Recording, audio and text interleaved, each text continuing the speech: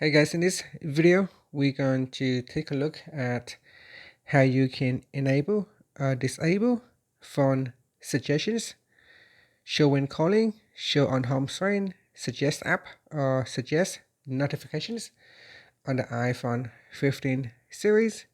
First, swipe up to go back to the home screen. And on the home screen, tap on settings.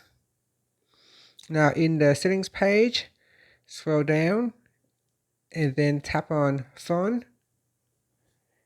Next in here, we go down and tap on Siri and search, and then go to the suggestions section and enable or disable show when calling by tapping on the toggle button here to switch it off or turn it on.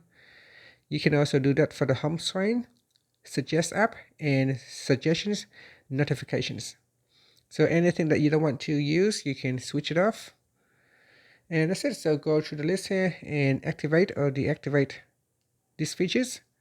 Finally, you can swipe up to go back to the home screen. Thank you for watching this video.